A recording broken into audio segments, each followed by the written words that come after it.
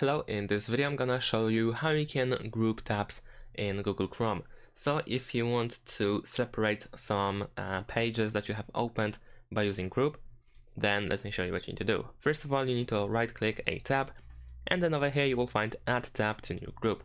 Now we can set a name for this tab.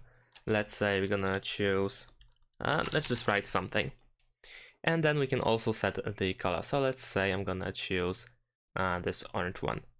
Now over here, we can click outside, and as you can see, this page is in the group because it has the same color under the tab. If we want to add more, then we can actually drag it like so, drag into the group. And if we want to take it out, then we need to take it outside. We can also right click, add to group, and then over here we'll find something. And as you can see, it belongs to this something group. We can click on the group name in order to hide these tabs, so that's pretty convenient.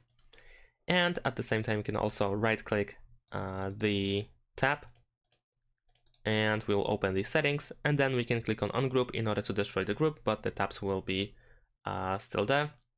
And we can click on close group in order to completely close every tab.